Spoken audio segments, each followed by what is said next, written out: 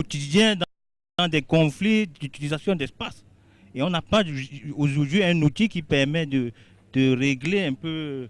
Parce que quand l'éleveur part de Touboro pour Garoua, où le marché est le plus important possible, il traverse les champs, il traverse les zones, vous imaginez tous les conflits qu'il y a, et qui aboutissent malheureusement même à des pertes en vie humaine. Et jusqu'ici, le cadre légal ne prévoit pas un outil qui permet d'organiser un peu l'occupation de l'espace, notamment la loi est perfective, on entrevoit là une piste de solution. Je voulais revenir sur l'avis de notre expert, Jules Dumas Guébou. On a parlé de réformes au Cameroun, réformes foncières, réformes agraires. Peut-être faut-il commencer par nous situer. Est-ce que c'est la même chose? Est-ce qu'il y a une différence? Non, justement, c'est pas du tout la même chose. Parler de la réforme du foncier, c'est essentiellement la réforme de l'espace et de la façon dont on peut occuper cet espace en référence au bâti. Et la dimension justement productive du foncier n'est pas essentielle. Par contre, quand on parle de réforme agraire, évidemment on est tous sur du foncier, mais c'est l'aspect productif du foncier qui est essentiel. Et on s'intéresse à comment on peut faire en sorte que la terre, qui est quand même l'une des principales ressources, par exemple en matière de développement agricole, soit mieux gérée et de façon à ce qu'effectivement les objectifs de développement agricole puissent être atteints dans le cadre des politiques mises en place. D'ailleurs, j'embraye là-dessus pour soulever l'une des causes actuelles du désordre foncier qu'on observe dans notre pays. Je pense qu'il ne faut pas oublier quand même qu'on est un pays qui a traversé une triple colonisation. Triple héritage en même temps. Triple héritage colonial. Les Allemands, les Français, les Anglais. Avec les plans cadastraux, les titres fonciers, de tradition purement, essentiellement française. Tous ces outils finalement sont rentrés dans nos politiques sans qu'on ait pris le temps de nous asseoir pour questionner ce qui était utile et pour faire quoi. Donc, évidemment, comme le disait tout à l'heure monsieur Camille du PNDP, en théorie on nous dit que la terre appartient à l'État, mais dans la pratique, la terre n'appartient pas à l'État. Dans la pratique, la terre appartient comment ça, les chefs coutumiers qui sont un acteur clé. Évidemment, parce qu'évidemment, on ne parle pas trop du système foncier coutumier que la colonisation a trouvé en place, contre lequel la colonisation s'est battue, mais qu'il n'a pas réussi à détruire. Donc, parce que la réalité de 1974 d'ailleurs était une sorte d'arbitrage du chef de l'État, né du fait que le consensus parlementaire n'avait pas été trouvé, et qui remettait un peu, on pourrait dire, dans la scène, sans le dire en droit, mais des acteurs traditionnellement installés et qui avaient l'habitude de gérer le terrain. Quand on parle des commissions communales, le maire tout à l'heure le disait lui-même, on organise une commission pour le bornage. Le maire n'en fait pas partie, mais le chef, il en fait toujours partie. Donc je pense que l'une des pistes de réflexion pendant qu'on parle de réforme foncière, c'est d'abord d'intégrer dans la dimension agraire pour gérer les problèmes d'accaparement des terres qui sont sérieux en milieu rural, mais aussi en milieu urbain. Parce que gérer, c'est prévoir. Et comment on prévoit le développement d'une ville lorsqu'au périmètre urbain, des barons, à eux seuls, peuvent se taper 180 hectares de terrain, empêchant du tout toute possibilité de développement maîtrisé de l'espace en milieu urbain. Si nos informations sont vérifiées, on parle même des étrangers qui passent derrière les gros bonnets, les hommes d'affaires. Bien évidemment. Donc je voudrais m'arrêter sur cet aspect. Donc, il faut maîtriser, il faut coupler à la réforme aspect foncière l'aspect agraire. Et deuxièmement, il faut questionner les systèmes qui sont en place. Est-ce que nous voulons aller vers le régime de la propriété au sens parlait M. Kabi tout à l'heure, ou est-ce qu'il y a un régime qui a préexisté, qui nous a toujours maintenus en cohésion, qui nous a permis de nous développer, quoi qu'on en dise, qui était un régime de propriété mais plutôt collective du sol. Nos parents n'ont pas eu les relations entre nous, nos parents et le sol sont très différentes des relations qu'on veut introduire aujourd'hui et qui tendent à faire de la terre une marchandise comme toute autre marchandise. Alors que dans le vécu, dans l'imaginaire collectif, culturel qui est le nôtre, la terre, c'est tout sauf une propriété marchande. Monsieur le maire, peut-être faut-il creuser davantage sur la préoccupation que vous souleviez tantôt. Vous avez parlé de catastrophe au vu de ce que vous voyez sur le terrain. Ça veut dire que vous entrevoyez des conséquences graves à court, moyen ou long terme. Non, moi je suis clair dessus. Je dis, nous vivons dans le village. Je suis très heureux d'apprendre que l'expert partage mon point de vue. Parce que le foncier et l'agression vont de pair. On ne peut pas faire des réformes sur le foncier, oublier l'agraire. Donc aujourd'hui, nous avons des objectifs à court et moyen terme. Nous parlons de l'émergence de 2035. Si la réforme foncière et la réforme agraire ne sont pas liées, on ne pourra pas atteindre ces objectifs. Nous parlons aujourd'hui de l'agriculture de deuxième génération, parce qu'il faudrait que les gens aillent cultiver. Mais quand il se trouve donc... moi, je dis bien encore les textes. J'ai essayé de lire depuis que j'ai été informé que je devrais participer. J'ai essayé de lire un peu. Les textes sont bien faits, bien sûr. Mais au Cameroun, les textes sont bons, mais l'application n'est pas... Et quand je vois ce que je vis quotidiennement au village... Du fait de qui? De l'autorité suprême, de l'autorité centrale ou les populations? Parce que si vous parlez des terrains qui sont accaparés... Les responsabilités sont partagées. D'abord, il y a la pauvreté, il faut le dire. Il y a certaines populations qui cèdent un peu trop facilement. Il y a le manque d'informations, c'est-à-dire on n'a pas vulgarisé davantage ces textes au niveau des populations. Nous, quand nous arrivons pour essayer de parler aux populations, nous sommes incompris.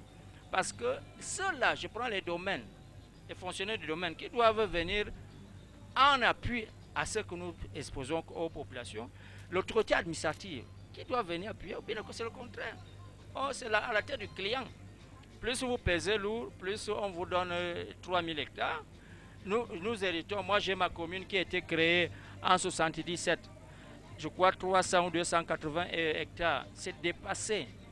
Aujourd'hui, j'ai trouvé que les gens, dans le domaine même de la commune, le domaine empiété, je suis en train, depuis 2-3 ans, d'essayer de voir pour étendre la ville. Mais les procédures sont telles que vous êtes bloqué à tous les niveaux. Donc voilà un peu de... Donc moi je pense qu'il faudrait bien qu'on fasse comme ces deux, qu'on travaille dessus ardemment pour que les objectifs que le gouvernement s'est assigné. Parce que pour améliorer, rendre nos villes vraiment villes, modernes, avec un confort adéquat, il faudrait que nous ayons le temps. Nous ne pouvons pas construire une ville où on n'a pas un stade, où on n'a pas une salle de la maison de la culture, où on n'a pas ceci. Tout comme on ne peut pas faire l'agriculture si on n'a pas d'espace pour faire l'agriculture. Oui. Et c'est ça, tout ça va de pair, vont de pair, les deux là vont de pair. Et une action doit être menée dans ce cas. Et je dis remettre la décentration à l'ordre du jour. Parce que quand vous lisez la loi de 2004 sur la décentration, le maire est au centre du développement local. Ici comme ailleurs, parce que c'est le maire qui prend vraiment les responsabilités. Qu'on recentre le débat, qu'on remette le maire au centre de ce problème. Que le maire se remette au centre, que la population le remette au centre, ou l'État central remette le maire au centre. Par rapport, contrairement à ce que vient de dire le maire et peut-être le consultant, j'ai des appréhensions par rapport au dispositif réglementaire actuel. Oui. C'est d'ailleurs ça qui explique la réforme. La réforme, il y a un souci de revoir certaines choses. Vous avez parlé des limites. Voilà, il y a des limites, il y a quelques limites. Et d'ailleurs, le maire l'a relevé quand il a dit la commission consultative qui règle tous les problèmes de terre au niveau local, mise en place par le préfet et présidée par le sous-préfet. Le maire n'en fait pas partie. Et c'est pas normal. Et c'est pas normal. Et un personnage aussi central. Et alors qu'il a la mission d'aménager un territoire, mais il ne fait pas partie dans les processus. Tout un territoire, mais il ne fait pas partie de cette commission qui procède à l'affectation des terres. Mais comment oublier expliquer une telle omission? Bon, c'est ce qui explique peut-être la réforme. Nous espérons, avec vous, que le processus en cours de réforme va essayer de corriger un peu ces manquements. Une autre insuffisance qu'on peut relever, c'est que parmi nos populations, nous avons des frères nomades. Je fais allusion aux Bororo Pygmées, qui n'ont pas la culture de la sédentarisation, voilà, c'est des gens qui se déplacent. C'est des gens qui se déplacent et le dispositif actuel, je ne sais pas trop où on les met dans ça. Mais ce ne sera pas éternel parce qu'un jour ou l'autre, il va falloir... Voilà, mais en attendant ce jour-là, Lazare, il faut bien qu'ils soient traités comme des Camerounais à part entière. Un autre élément qu'on pourrait relever, qui traduit l'insuffisance actuelle que nous avons et qui justifie, je le suppose, comme vous, la réforme. C'est un peu ce régime, je l'ai dit tantôt, de propriété. Si vous avez beaucoup d'argent dans une communauté donnée, vous pouvez acheter même tout un village. Vous pouvez même être propriétaire de manière plus ou moins légale d'un village. Il suffit que la commission valide, le chef de la localité est validé. Comment expliquer ça? Nous sommes en Afrique. Parce que justement, notre régime, notre dispositif réglementaire permet à quelqu'un d'avoir 200, 100, 150 hectares. S'il a de l'argent. S'il a de l'argent, ça le permet de manière légale. Il faut faire descendre la commission, il faut qu'il ait démontré qu'il occupait cet espace, qu'il ait mis en valeur et il introduit toute la procédure. Et je pense que le processus de réforme qui est conduit par le ministère en charge des domaines, il y a eu beaucoup de réunions, beaucoup de thématiques au sujet de ce processus. Mais monsieur le maire, vous voulez dire, oui. Yes, I just wanted to say that listening to the rest of my colleagues, it sounds, Lazare, that we can consider the legislation on land tenure to be a bit anachronistic. Yeah, something has to be done. Anachronistic, something has to be done. Yeah. Far-reaching reforms, the reforms that have to take into consideration the tenets of decentralization. Because we're talking about the fact that the mayors, not because we are mayors, but the fact that the mayor plays a central role, in the locality and should be involved. That's the first observation. The second observation is that because of the rampant poverty in our communities, particularly in the rural areas, very, very greedy and wealthy people, as Mr. Kami is saying, Yeah. they could actually just completely own an entire village. They Even could- the whole country. maybe the whole country.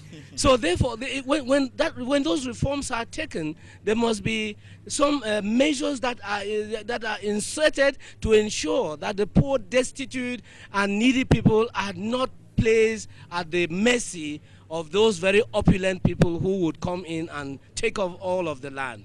I come from an area also, Lazare, that has a community of the Mbororos who are cattle graziers. Yeah. And we are having a little problem at Des that éleveurs. level because there is a conflict and friction, perpetual conflict and friction, because the land is very limited while the needs are enormous. Yeah. And therefore, the kind of legislation must take care, because the Mbororos are no longer nomadic. The Mbororos, at least around Noni, are beginning to settle permanently. And therefore, for the corn and the cattle to all survive, legislation has to take care of this, I think. Monsieur Jules Dumas Ngebou, nous voulons être rassurés à ce stade. On parle de processus de décentralisation au Cameroun. On ne va pas en rester là quand même, on va essayer de corriger ce dont nous parlons là. On espère justement que la réforme en cours prendra en compte l'ensemble des préoccupations qui sont discutées dans le cadre de ce débat.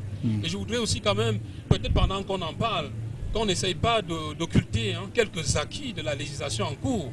Et je voudrais ici citer l'un des acquis essentiels de la législation en cours, c'est le fait que l'accès à la propriété foncière jusqu'à présent au Cameroun est quelque chose qui est réservé aux nationaux. Et j'ai bien peur, sachant le rôle que certaines institutions sont en train de jouer dans l'accompagnement de cette réforme. Je vais citer ici des institutions comme la Banque mondiale, comme le FMI, que l'option, c'est d'ouvrir l'accès à la propriété foncière à tout le monde, donc y compris aux multinationales, ce qui permettrait donc à certains justement d'aller dans le sens de l'appropriation et de l'accaparement dont évidemment nous venons d'en faire état ici. Donc pour moi, la réforme doit se faire, mais en sauvegardant certains acquis. Parce que jusqu'à présent, à notre connaissance, il ne semble pas que le fait que les Camerounais soient, on pourrait dire ici, le droit spécial, le droit unique d'accès à la propriété au Cameroun ait posé problème. C'est plutôt la gouvernance, c'est-à-dire la façon de mettre en application les réformes et les dispositions qui sont dans les textes actuels que le problème se pose. Et à notre sens, pour que les élus locaux arrivent à jouer leur rôle, je pense qu'il faut passer à l'acte. Oui. Donc on ne doit pas s'arrêter à la critique, à poser des constats.